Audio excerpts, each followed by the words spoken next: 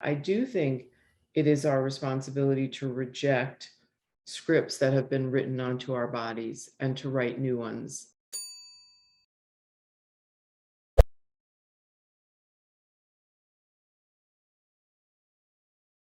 Hi there. Welcome back to the 31st episode of the Mindful Wealth Podcast. Today, Terrie and I have the pleasure of speaking with Rebecca Walker.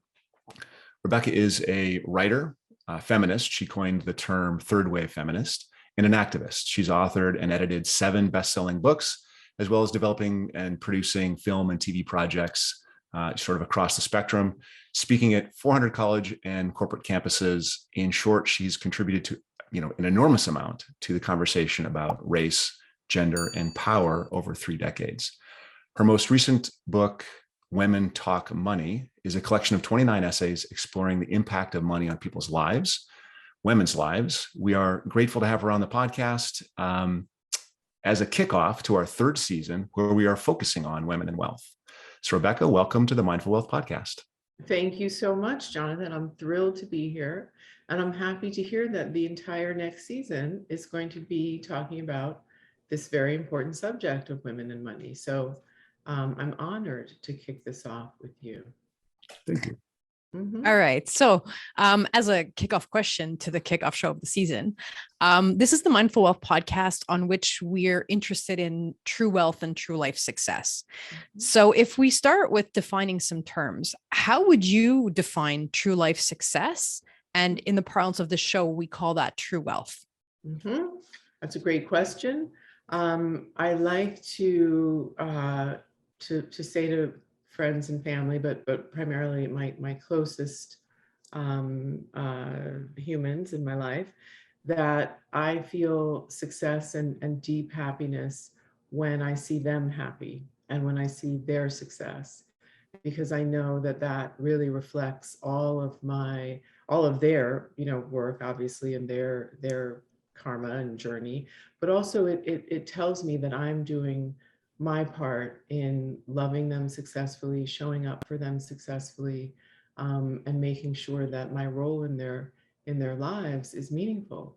So I think that if I were surrounded by unhappy people, I would feel like impoverished, fundamentally. So when I see them smiling, I point to that smile and I say, what's that smile? What is that? That's your happiness. And it gives me tremendous joy. I feel very, very happy and wealthy in those moments. I would add to that, actually. I would also say that success for me has also been doing the work that I've done. This is actually my 10th book. And all of my work has been about helping people and myself to rewrite the stories and narratives of their lives. My first book was a collection on feminism and inviting a new generation of women and men to redefine feminism for themselves.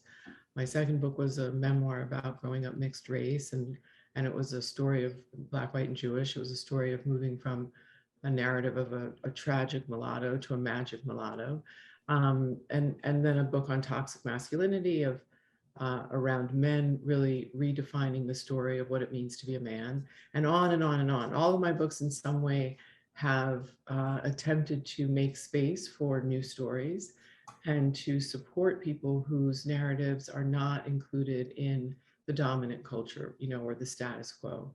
And so success for me is also hearing back from the readers of all of those books and stories and hearing that they have been deeply impacted by them and in some ways inspired, supported, and held in meaningful ways.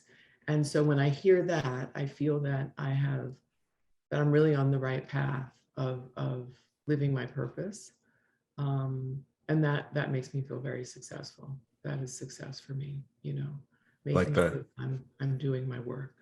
I like the concentric circles. You hear that from your family, and that makes you feel successful. You hear that from the larger community, that makes you feel successful.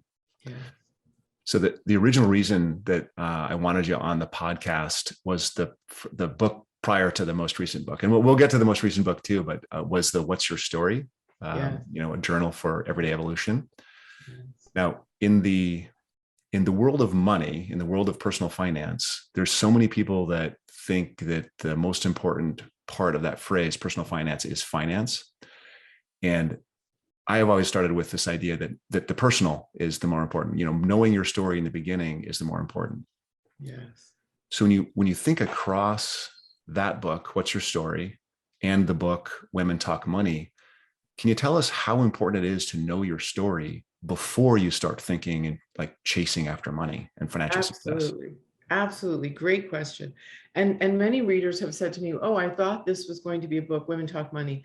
I thought this was going to be a book about finance, about how I should budget, about, how I should invest, about da, da, da. And I say to them, actually, this is the book before that book. This is the book that helps you to really understand who you are and what your relationship to money is, and what you care about, so that you can align your financial practices with your highest aspirations for yourself and the world. And you won't be able to do that if you haven't unpacked the story that you are carrying about money. So there are pieces in the book from so many different people speaking from so many different perspectives, but the main sort of arc of each piece is the beginning is asking the writer to find a moment in their lives that has been definitive for them in terms of their relationship with money. So Latham Thomas, for instance, who's a wonderful woman in the activist in the doula space, who does a lot of work around Black women and maternity and maternal death and infant mortality within the Black community. She writes about, her first memory of what it means to be a Black woman with money was watching her mother, a real estate agent, go into a bank in Oakland with her commission check and have the teller basically say, you could not have made $23,000 legitimately, call the police. And her mother was escorted from the bank in handcuffs, because there was this idea that to be a Black woman and to have money was incompatible, anathema, and illegal. And so Latham has been carrying this story her entire life, and so had established this relationship with money that was based in a kind of fear. Don't want to have too much because you'll be in trouble, you'll be judged, right? Don't want to go into banks, don't want to deal with financial professionals. There's a kind of intimidation, there's a sense of a lack of safety. And every piece, we have people really looking at these moments in their lives that have shaped them.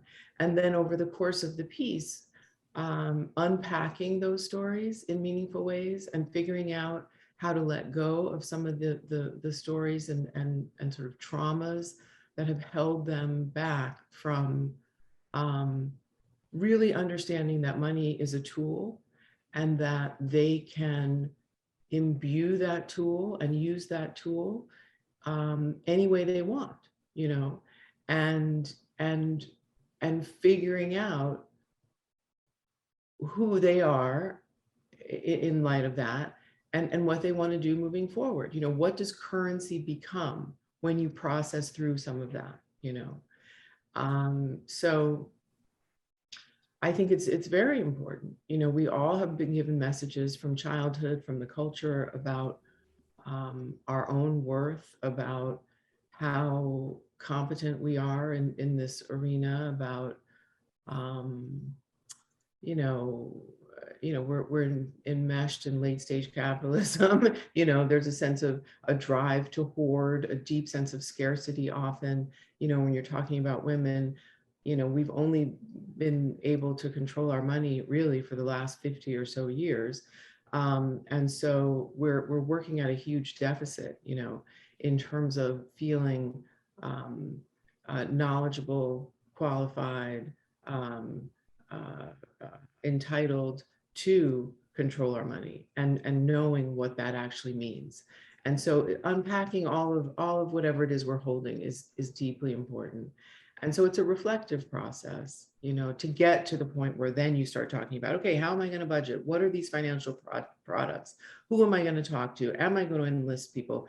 You have to figure out who you are, because using money is a reflection of who you want to be in the world. And if you don't know who you want to be in the world in this way, you can't be in alignment. So I at the risk of opening up a can of worms, there was a recent study that talked about generational trauma, and how today people whose experiences hundreds of years ago were negative, that's carried in their DNA. Yes. And if that's part of your story, how do you unpack that? That seems bigger than an individual's ability to unpack. Yes.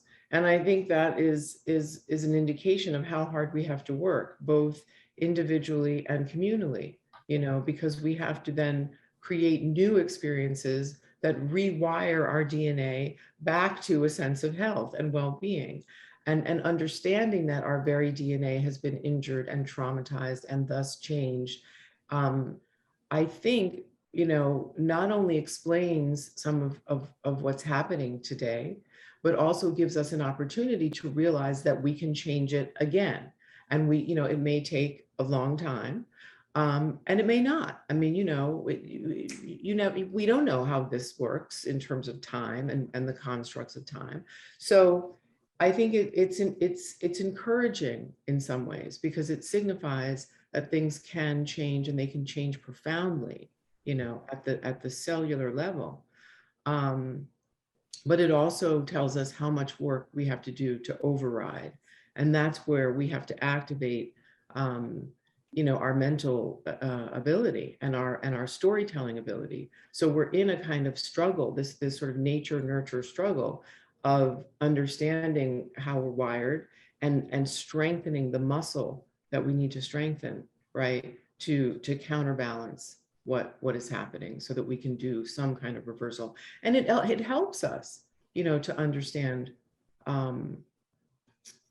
why we are in this predicament, and to not carry a lot of the blame and the guilt and the shame that we often have as a community, people who have been traumatized in this space, and to think we are somehow incompetent, to think we are somehow, that we should buy into the social cultural narratives of laziness or of incompetence. No, actually, trauma has really affected our ability to be functional, and to meet the demands of this culture. So I think that's a relief in some ways, to know, that there is a kind of scientific basis, for a lot of what's happening. So I'm going to try and formulate my next question, because I had something scripted, and then your previous answer added stuff to it.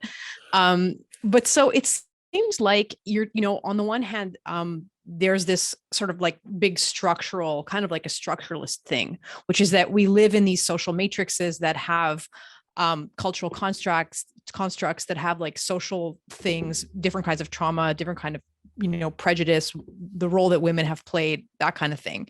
Mm-hmm. And then we have individual agency. Mm-hmm. And it seems to me that you're spanning that gap a little bit with narrative. Mm-hmm. And what I found so interesting about this, I did actually a program called Future Authoring by Jordan Peterson. I guess it's been a year and a half by now. And what struck me was it's so similar to the exercises that you have, and the fact that two people, from very different, let's say, perspectives could come to the same conclusion about the power of this. I mean, self-authoring that's kind of what it is, right? It's like you reevaluate the narratives. So where did you get those? Where do those ideas come from? Am I formulating it correctly, first of all? You're absolutely formulating it correctly. Where did those ideas come from? That's a great question. I think that I'll just start personally. For me, they came from a sense of really understanding that I wanted to survive and I wanted to thrive. And the only way that I could do that was to find a narrative of someone of my time and my body and my background. So let's say a mixed race person who had grown up within the second wave feminist movement, child of divorce, constantly moving around. I came to understand that, people were seeing my story as a tragic, broken story. I was told 100 times, you come from a broken family, interracial children are all screwed up. They don't know who they are. And I sort of looked for a different story and couldn't find one out in the world. So I looked for books, I looked for something to tell me that that was not true. And I couldn't find that. And I realized that I would have to write that story into being for my own survival and health. And I was driven to be a healthy person. Now that I can't say, how that happened, but I think all humans have that, this kind of longing, whether they recognize it or not, to be well, and whether they honor it or not. So I think that was it. And there was a sense of, okay, I'm going to claim the parts of my experience that are powerful and that are nurturing and that are special, that give me a superpower, as opposed to a tragic sort of illness, and through the process of writing Black, White, and Jewish, I started to really sort of understand how to claim and rewrite the story. So that was a very experiential, But I think also, and then I taught memoir for many years, in which I was devoted to helping people to actually do this same work. So teaching groups of people who come in, and it was amazing. Every different group in the art of memoir, came from all over the world, and each group, for some reason, was magically focused. Each person was focused on a very similar issue. So, or the same exact issue. So we had one group that was all dealing with sexual abuse and sexual trauma in childhood. One group was dealing all with the Holocaust and what had happened in their families in the Holocaust. One group was dealing with, racial trauma. One group was dealing with, being indoctrinated into a spiritual cult.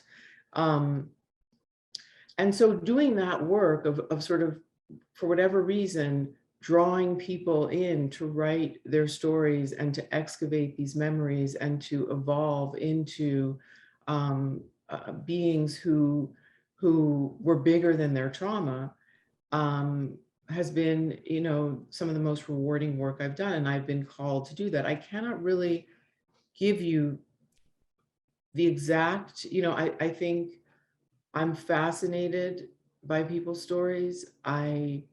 I feel called and moved to find out what they are.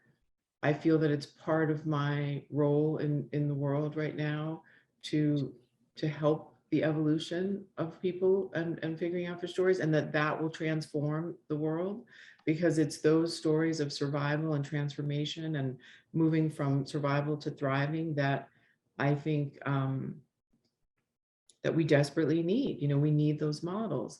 But also there's the sort of neuroscience of it, obviously, the other side, which is, we know that everything around us, and I suppose this is partly my Buddhist practice. Once I became a student of Buddhism 30 years ago and went deeper into understanding, like quantum physics and so many other streams of thought, that really all of this that we're looking at around us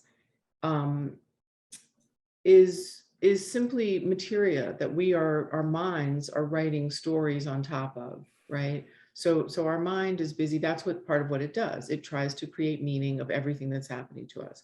And so we're writing stories on things that are fundamentally, we say in Dharma, we say they're empty. They don't have any, this table is made of a bunch of different, there's water involved, there's material that we call wood involved, there's human consciousness that has decided a table is the right thing to, an interesting thing to make, but fundamentally, I could write a story of this table 10 different ways. This is the place where I work. this is a work desk. This is a slab of wood that ants and other things would like to use as food. This is a table that I'm going to bring my family together around so that we can eat a glorious meal and bond over conversation and food. I mean, so everything can be re-narrated, and everything is constantly being re-narrated in our minds. And so it became very clear to me that once you understand that, your job is to try to write the best story possible that's going to give you the most happiness, and it's going to be the best for everybody. So I think fundamentally that understanding and my personal drive toward happiness and well-being prompted me and supported me in this journey. And as you're saying, structurally and culturally, I come from a family of activists. I believe social change is possible. I wouldn't be here if my parents hadn't met in the civil rights movement and decided to get married when it was illegal to get married. So I believe that changing the story of our culture is as important as changing the story of our personal lives, and that they're actually inextricable, So therefore, that's where it comes from, But I do think, going back to my parents, that, when you are so forged in movements that challenge the dominant narrative, whether it's around race or gender or class or power, you have an intrinsic sense that you can write your own destiny, that you can change the dominant story, and you actually have watched people do that. I toddled around the Ms. Magazine offices. Gloria Steinem is my godmother. I was entrenched in feminist, ideology. When I went to college and people didn't want to use the word feminist, I was shocked and appalled. I didn't understand it at all. And so I just had this fundamental belief and knowledge that, that we could change language in order to change consciousness. So the narrative of domestic violence, for instance, that did not exist, right? The narrative of race, microaggressions, macroaggressions, institutionalized racism, all of these words that have fundamentally transformed how we look at the culture. I sort of was born into that legacy of doing that. And so it came very naturally to me for that reason. That's a very long answer, and I hope it's coherent in some way. It's a little early, but I think you get the idea. So it's a nature nurture thing, and a dharmic thing, and something that I care deeply about. It's in all a way of a part. that I can't fully understand even, people say, yo, this is your superpower, when I'm working with people in all of these collections and working as a teacher, how do you move me from this place of stuckness and pain through that to a place of lightness and potential? And it just seems to be a deep part of my purpose and what I'm here to do, and what I'm good at and what I love, so. Yeah. I mean, if I can just sort of bookend that, I mean, what I find so fascinating about what you're saying is that it really makes one feel responsible, or makes one realize how responsible one is for the narratives that we all inhabit, right? Because it's one thing for there to be things circulating in the world and to have people write things on top of me, right? Because I think that's what we're talking about, right? So I have a master's in women's studies, so I'm familiar with some of this stuff, and that there's this thing that's projected onto women that we then get socialized into and inhabit, right? And so that but we're responsible for inhabiting it or not. and we're responsible for taking those things and making them ours, or saying like, no, wait, I don't agree with this. And of course, if you're fighting against a structure that's been in place for thousands of years and people function in a certain way, it's complex, but Yeah. that you as a little micro individual within that, your power is to narrate that into something different. And Yes. yeah. Absolutely. Beautifully spoken. You could have answered my question, the question you asked me initially.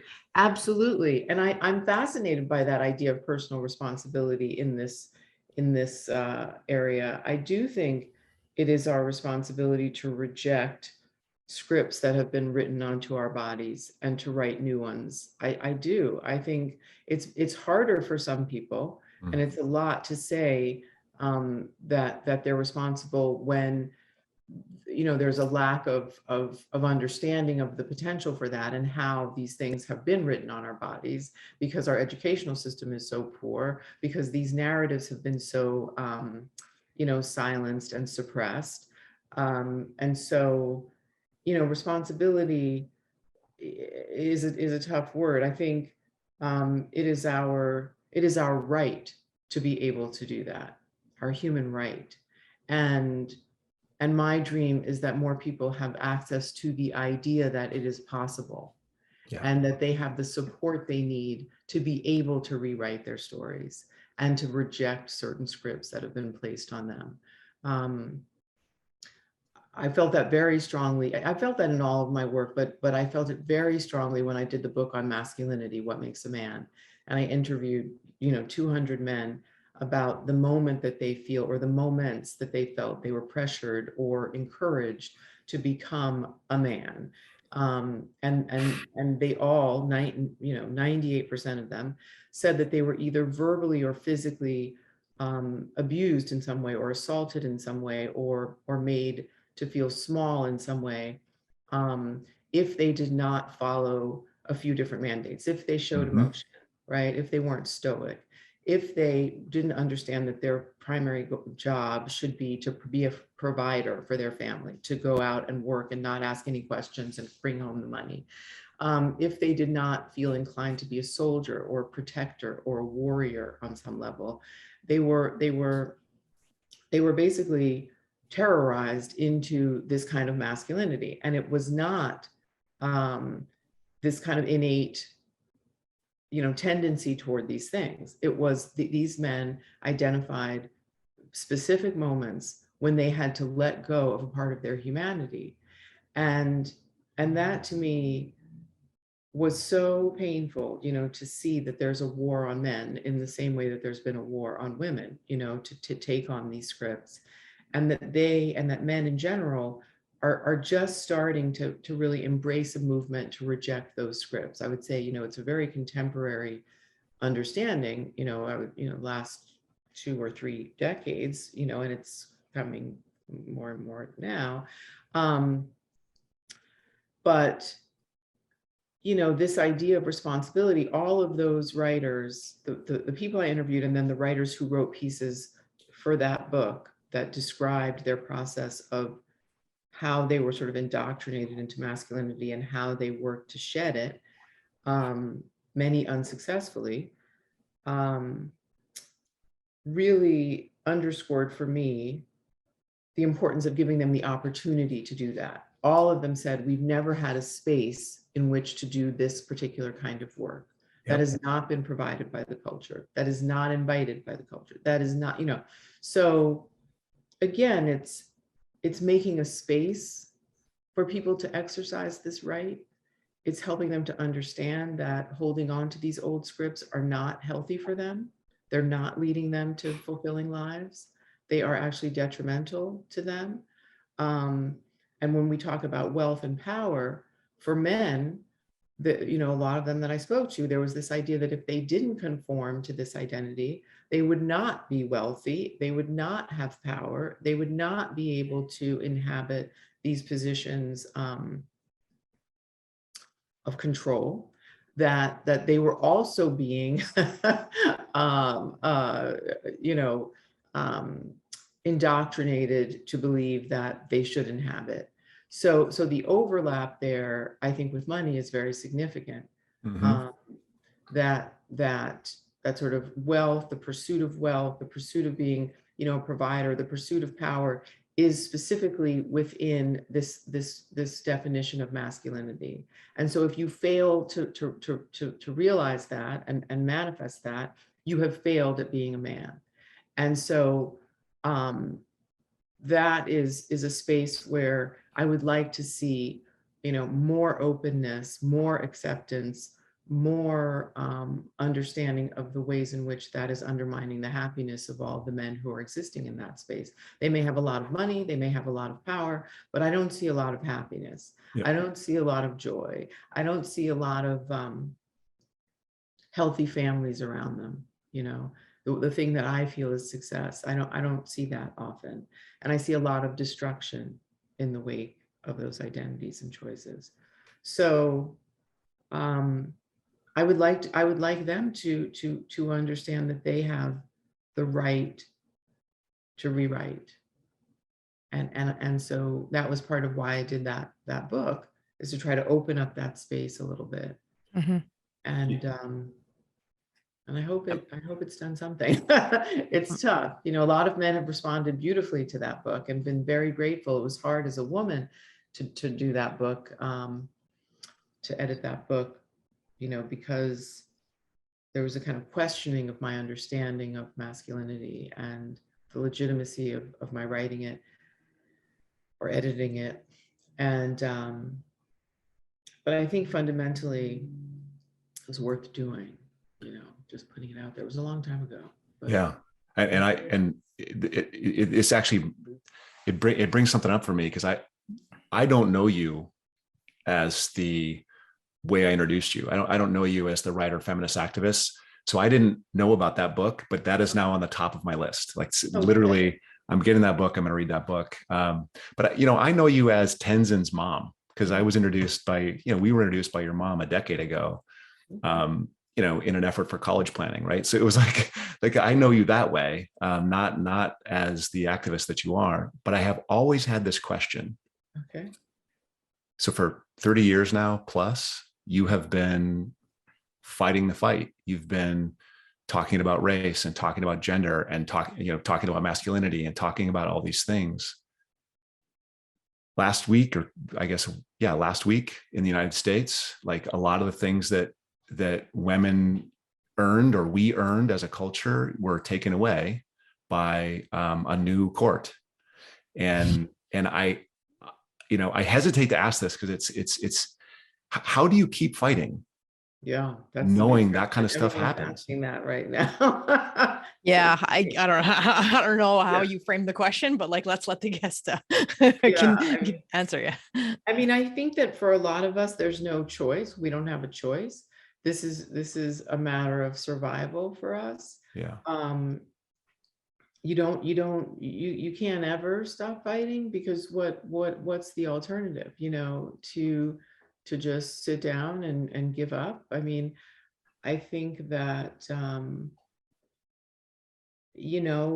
I have a son, and I have an African-American son, which is a huge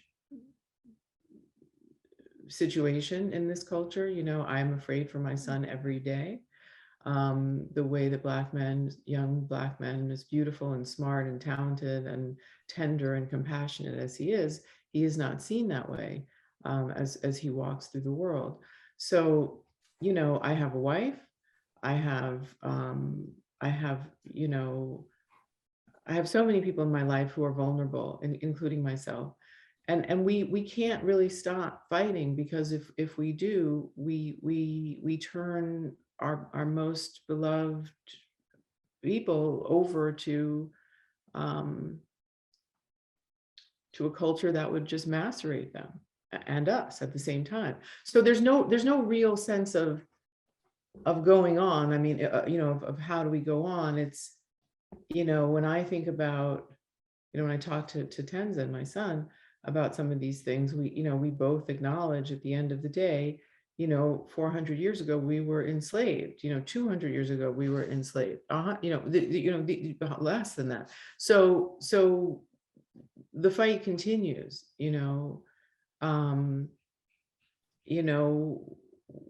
sodomy laws, anti-miscegenation laws. Like none of us and our lives would not exist if it hadn't been for the work of others who stayed in the fight.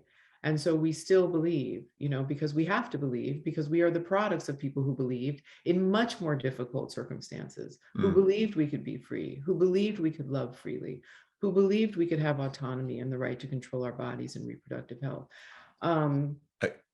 Rebecca, I'm curious, just deepening it a little bit. How do you, it's not, I understand that it's not really a choice, but how do I do it? And I understand there's a motivation, right? I understand there's people that you love and you want to take care of.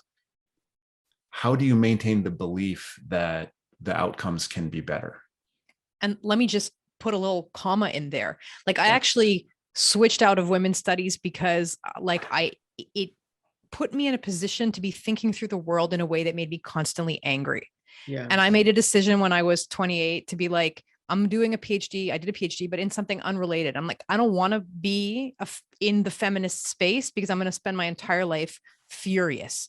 Yeah. And so, yeah. Yeah. As a great footnote to Jonathan's question. Absolutely. And I'll start there. I mean, I think, again, I turn to Buddhism. I turn to, as many people turn to spiritual practices, I turn to Buddhism as a form of self-care in the face of unbelievable horror. And I have a practice that allows me to understand that none of this is permanent, that none of this is inherently, people who aren't in the Dharma stream don't necessarily believe this, but none of this is inherently real in the way that many people think it is. So it can always be altered and changed. And studying Buddhism helped me to realize that fundamentally all human beings want to be happy, that is our right, and that we can tap into that feeling of happiness through a process of understanding impermanence and understanding the nature of this reality.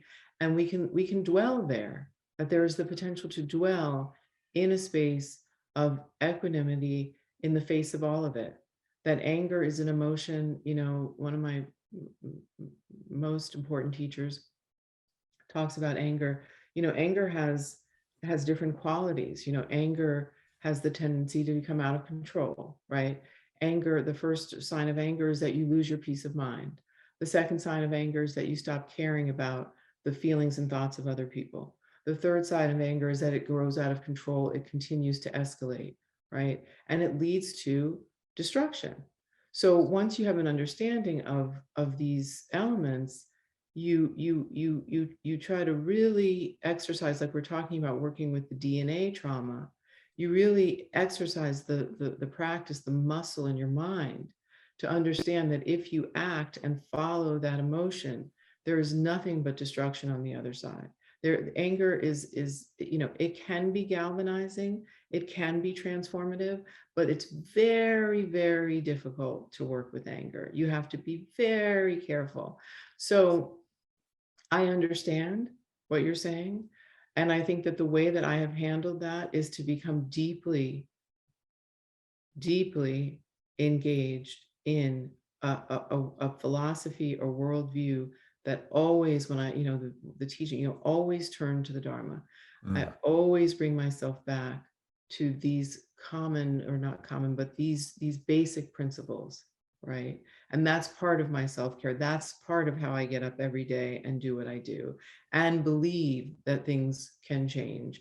But there's also within that practice and that philosophy, a sense of acceptance, So not only am I holding the idea that things are impermanent, that we can impact change, that we can do all of the things that we're talking about, but there's also a sense of, this impermanence means that we may not be here forever as humans, as individuals, and we are living in this, and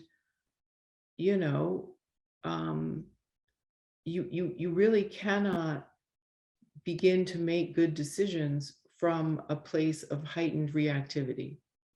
You cannot, it's just impossible. It's like another teacher, when you plant wheat, you get wheat. You plant anger, you get anger. You plant discord, you get discord. You plant frustration, you get frustration. It's the nature of this realm.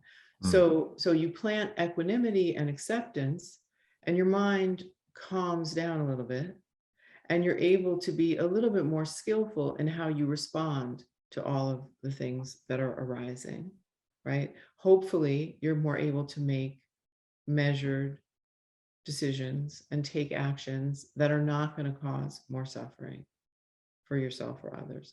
So I would say that that's how I handle all of it. If I did not have a 30-year Buddhist practice, if I had not been, deeply honored and blessed to have entered the Dharma stream, as we say, to meet my teachers and to have very profound relationships with them, I'm not sure that I could have survived any of this without being racked with futility, depression, Mm. rage. So that is my method. But many people, there are many methods, Yeah. and I think you have to find your own. Many people feel that unless they are engaging things head on, unless they're down, protesting, unless they're becoming a lawyer and arguing cases, unless they're, whatever it is, they can't modulate the rage or the upset or the sense of futility. And this is my way. We talked just before launching into this. We talked about the last week I was on retreat in Devonberry. Yes. So I asked him a similar question, like, how do you deal with, when it's out of control, how do you deal with it? And he said very simply, he said, make it about love and make it predictable. So make it about love again and again and again. And he said that, like, that exact phrasing, like 4 times throughout the week. And I was like, yep, that's exactly right. Yes, always turn your mind to something that is regenerative and open and will allow you to make decisions and take actions that are on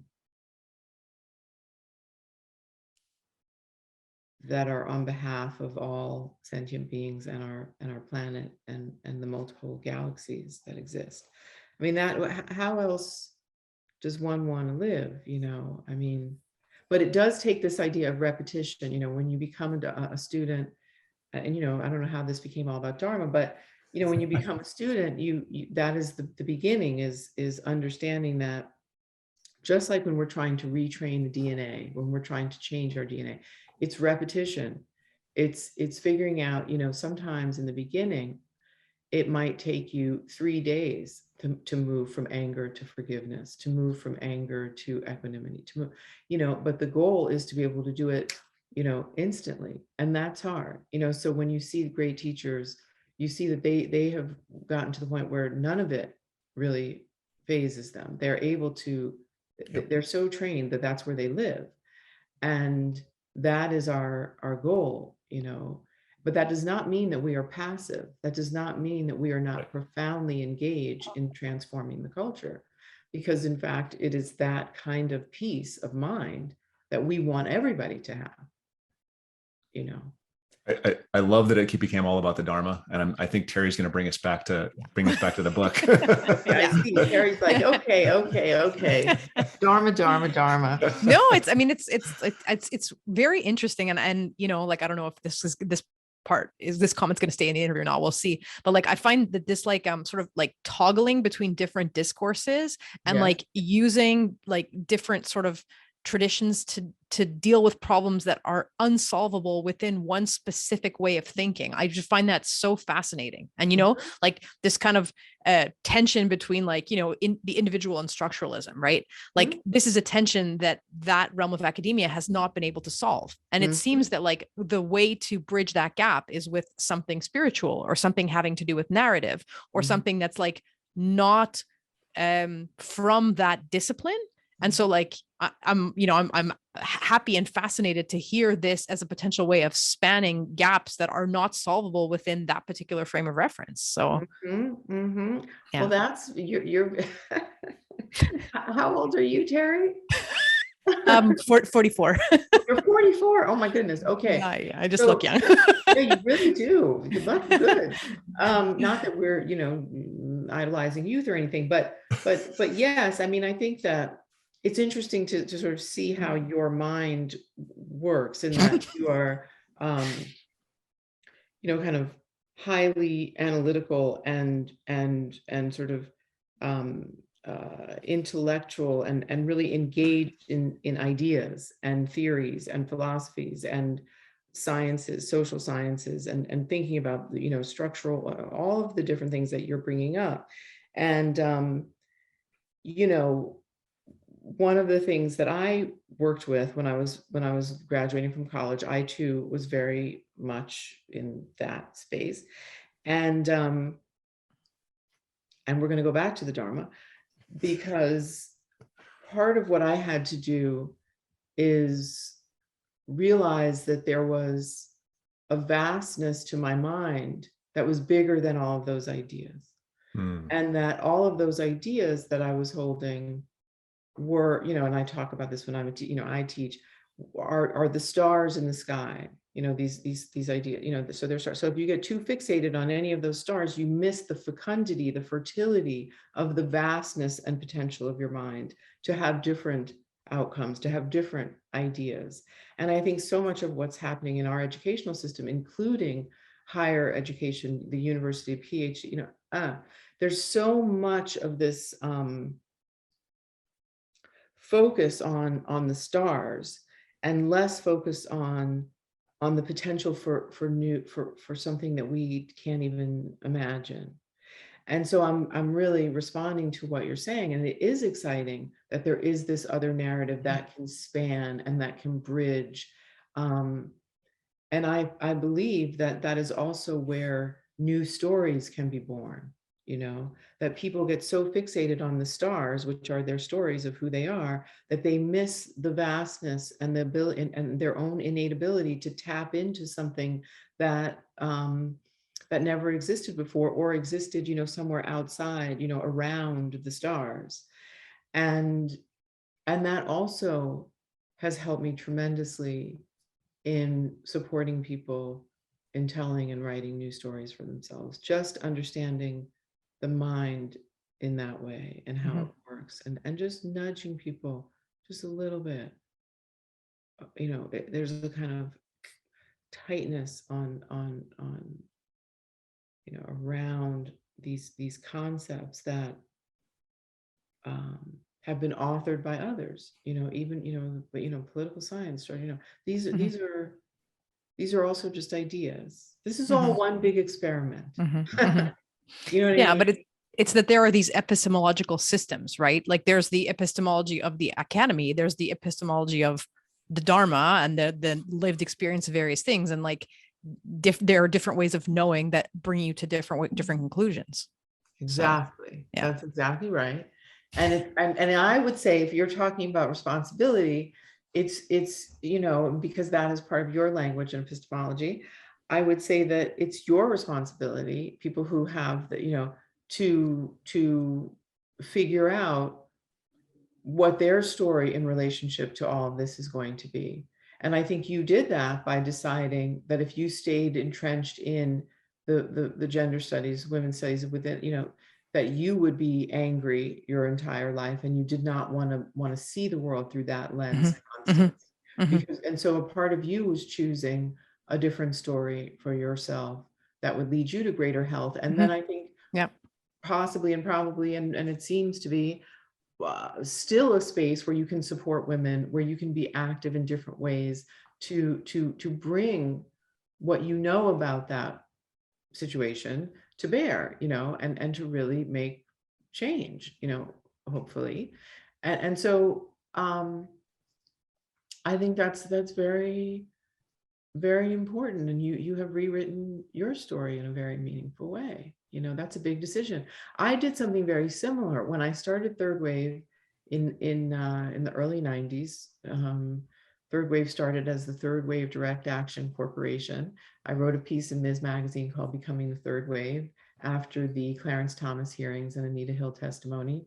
and published it in Ms. Magazine. And we got hundreds and hundreds of letters from young women who also wanted to be the third wave. It was called Becoming the Third Wave. We are not, you know, we are not, I forget what the line is, but basically we're not, you know, we have no illusions that the work is over. We are the next wave that is coming. And so I founded this organization and we started to do direct action. So we supported, you know, lesbian kiss-ins on Republican governors' lawns. We supported Latina women who were fighting prisons being built in their neighborhoods. We did a massive voter registration drive in inner cities across America, bringing together young people from wildly divergent backgrounds, from dissidents from China to Muslim women from, you know, the Bronx to trust fund babies, you know, in this idea of sort of forcing people to recognize that we had a common goal, which was at that point to make sure that people felt enfranchised enough to get that administration, the Bush administration, out of office, and a new administration that would be more supportive to all of us who are on the margins into office. And then as a result of that and other work that I was doing, I was approached by the DNC, and there was this sense of, you know, do you want to be a politician? Do you want to move deeper into politics? Should we support you? You know, what do you want? Is that something you want? And I decided that no, that was not what I wanted. And I left Third Wave as a founder because I felt very restricted by the mandate that I be this kind of figurehead who was always looking at things through this activist lens. And as a creator, as a creative being who's ready to write books and do the work that I do, I felt incredibly stifled in that role, in that story. And so I said, no, you know, thank you very much. And proceeded to do what I do. And I think that was a very important moment for me. And I'm so glad I made it. It was very difficult because there was a part of me that thought I could make some change. I could really, you know, back then it wasn't, you know, perilous to actually be, you know, in the realm of politics. I didn't think my life was, you know, in danger, but I had to think long and hard about it because I felt I could make a difference in that space. And I had to believe that following my own sense of self-preservation and longing as a creative person was the best path, the best story I could write for myself in that moment. And I think those are very important moments to reflect upon, you know. And when I work with people, I ask them to think about those moments when they decided to claim something different than what they were given.